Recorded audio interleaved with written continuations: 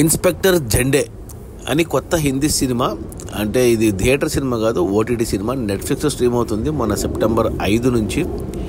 Telugu dubbing కూడా ఉంది, కానీ నేను ఒరిజినల్ హిందీలోనే చూశాను. ఈ ట్రైలర్ చూసినప్పుడు నాకు అర్థమైంది ఇది రియల్ స్టోరీ అని. మనకు చార్లెస్ శోభరాజ్ అనే ఒక క్రిమినల్ ఉన్నాడు, ఇంకా బతికే ఉన్నాడు. అతని గురించి చాలామందికి తెలుసు.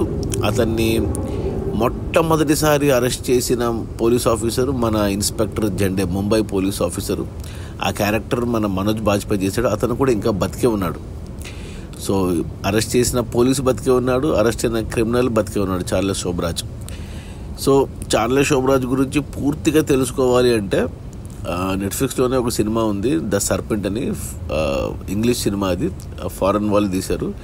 దాంట్లో కంప్లీట్ స్టోరీ తెలుస్తుంది. బట్ ఈ సినిమా వచ్చి ఇన్స్పెక్టర్ జెండే అనేసి చార్లెస్ శోభరాజ్ని 1971లో మొట్టమొదటిసారి అరెస్ట్ చేసిన పోలీస్ ఆఫీసర్.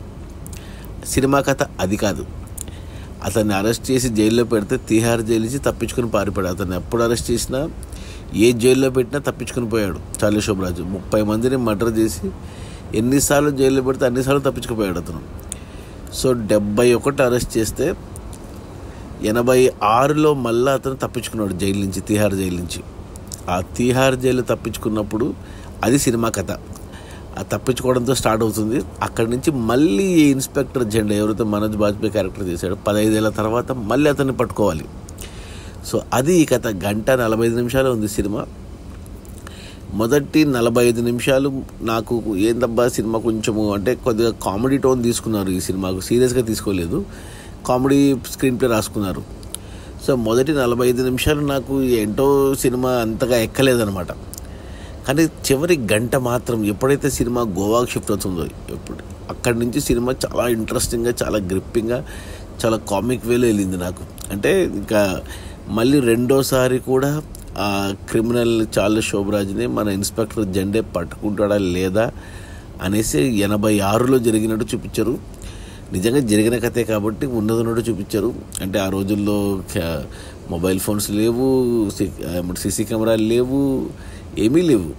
అలాంటి టైంలో అసలు పిక్చరైజేషన్ కూడా ఎలా చూపించారంటే ఆ బ్యాక్గ్రౌండ్ మ్యూజిక్ కానీ, మళ్ళీ బట్టలు కానీ, అవన్నీ నిజంగా 86లో ఉన్నామా అన్నట్టు అనిపించింది నాకు సినిమా చూస్తుంటే నాకు. ఇక చార్లెస్ శోభరాజ్గా చేసింది ఆయన పేరు ఏదో ఉంది, యాక్టర్ పేరు విచిత్రంగా ఉంటుంది. మనకు రీసెంట్గా కుబేరాలో చేశాడు విలన్గా. అతను యాప్ట్గా సూట్ అయ్యాడు అతను. ఇంకా మనోజ్ బాజ్పేయి గురించి చెప్పేది ఏముంది, జెండే క్యారెక్టర్లో బాగా చేశాడు. ఇక ఇన్స్పెక్టర్ జెండేతో పాటు అతని వైఫ్ క్యారెక్టర్ ఎవరో కొత్త అమ్మాయి, చాలా బాగుంది ఆ హీరోయిన్. అమ్మాయి చాలా అందంగా ఉంది. ప్లస్ మనకు ఇంకొక యాక్టర్ ఉన్నాడు, ఏదో పేరుంది అతని పేరు, మన అలవాకిడ్డుపురంలో మన అల్లు అర్జున్ తాత, ఏదో పేరుంది అతని పేరు మర్చిపోయాను. అతను ఇంక వీలైతే తెలిసిన మొక్కలు అందరు ఇంకా మరాఠీ వాళ్ళే, ఎందుకంటే మరాఠీ డైరెక్టరు చాలా బాగా తీశాడు. మొదటి 45 నిమిషాలు చూడగలిగితే తర్వాత గంట మాత్రం చాలా బాగుంది. 1:40 సినిమా అయిపోతుంది. ప్లస్ ఇది నిజంగా జరిగింది కాబట్టి చార్లెస్ శోభరాజ్ గురించి నేను చాలా చూశాను. నేను ఈ ఓటీటీలో అతని గురించి చాలా చూశాను. బట్ ద సర్పెంట్ అనే సినిమా అయితే మాత్రం కంప్లీట్ హిస్టరీ అవుతుంది. అతను చేసిన క్రైమ్స్ ఎలా చేశాడు అనేది బాగా చూశారు. ఇంగ్లీష్ సినిమా, అది చాలా బాగుంటుంది. అది కుదిరితే అది చూడండి. బట్ ఈ ఇన్స్పెక్టర్ జెండే మాత్రం మన ఇండియన్ సైడ్, అంటే మన పోలీసులు ఎలా పట్టుకున్నారు అతన్ని అనేది, మన ముంబై పోలీసు విరోచిత గాథలు ఇవి చాలా బాగున్నాయి. చాలా బాగుంది ఇన్స్పెక్టర్ జెండే. సో ఖచ్చితంగా చూడండి. నెట్ఫ్లిక్స్లో ఉంది, హిందీ ఒరిజినల్, తెలుగు డబ్బింగ్ కూడా ఉంది. నేను హిందీ ఒరిజినల్ చూశాను. హిందీ అర్థం కాదంటే మాత్రమే తెలుగులో చూడండి. తెలుగులో ఎలా ఉందో డబ్బింగ్ చూడలేదు నేను. సో నా రేటింగ్ వచ్చి 3/5 గుడ్ అని చెప్తాను. సో ఫ్యామిలీతో చూడొచ్చా అంటే చూడొచ్చు, పర్లేదు, చూడొచ్చు. ఫ్యామిలీతో కూడా ధైర్యంగా చూసేయచ్చు, నో ప్రాబ్లం. అది ఈ ఇన్స్పెక్టర్ జెండే, మన Manoj Bajpai hero, real story. క్లైమాక్స్లో నాకు బాగా నచ్చింది ఏంటంటే నిజంగా నా ఇన్స్పెక్టర్ జెండే ఎవరైతే రియల్గా ఉన్నాడో అతని క్యారెక్టర్ని కూడా చూపిస్తారు. అది బాగా నచ్చింది నాకు. సో మన సూపర్ హీరోస్, సూపర్ పోలీస్, అలాగే సూపర్ క్రిమినల్ మన చార్లెస్ శోభరాజ్, అతను ఇంకా బతికే ఉన్నాడు. ఇద్దరు బతికే ఉన్నారు. పట్టుకున్న పోలీస్ బతికే ఉన్నాడు, దొరికిన క్రిమినల్ బతికే ఉన్నాడు. సో చూడండి ఒకసారి ఇన్స్పెక్టర్ జెండే మీద లుక్ వేయండి.